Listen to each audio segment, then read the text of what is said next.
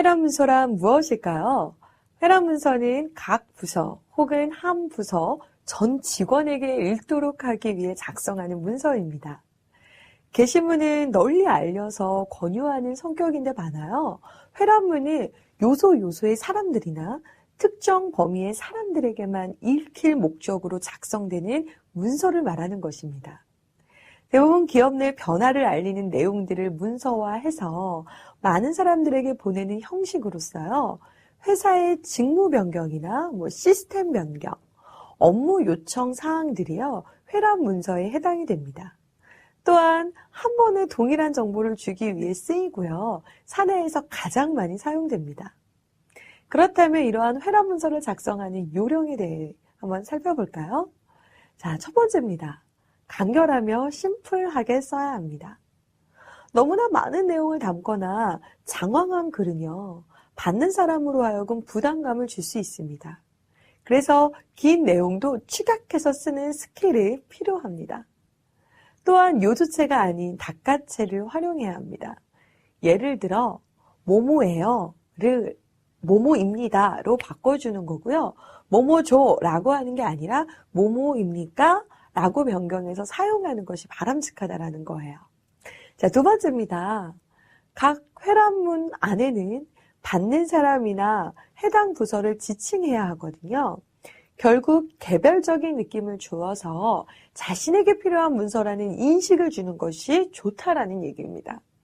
세 번째, 서술 형태로 회람 문서를 작성할 경우에는요.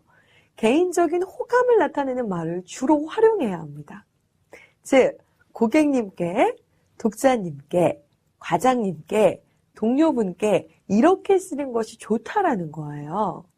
하지만 반대로 여러 사람에게 보낸다라는 이유로 고객님들께, 독자님들께, 과장님들께, 동료분들께 라고는 쓰지 않는다는 거 잊지 마세요.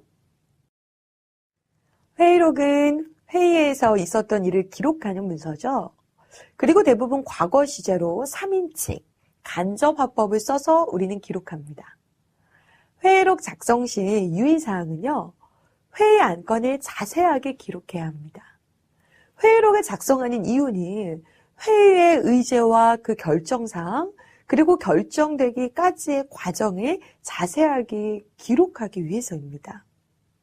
어떠한 안건이 결정되기까지 어떤 의견이 있었으며 찬반의 의견은 어땠는지 이런 회의의 모든 과정을 자세하게 기록해야 합니다. 그리고 회의록을 작성하는 사람의 개인적인 생각으로 회의 내용을 삭제하거나 자신의 생각을 추가로 적는 일은 없도록 해야 합니다. 첨부할 자료를 꼼꼼히 챙기는 것도 중요하죠. 만약 회의록만으로 확인할 수 없는 자료에 대해서는 첨부 자료를 만들어서 회의 참석자들에게 나눠주도록 해야 합니다. 따라서 회의록 작성자는 회의가 시작되기 전 상사와 의논해서 회의 안건과 의논해야 할 사안에 대해 검토한 후 필요한 자료를 정리해서 문서로 만들어두는 것이 좋습니다. 논점을 알기 쉽게 기록해야 합니다. 회의록은 상사에게 보고되는 서류일 뿐만 아니라 공식적인 업무를 기록하는 자료입니다. 그래서 객관적인 태도로 서술해야 되고요. 회의의 논점을 정확하게 파악하고 알기 쉽게 정리하는 노하우가 필요합니다.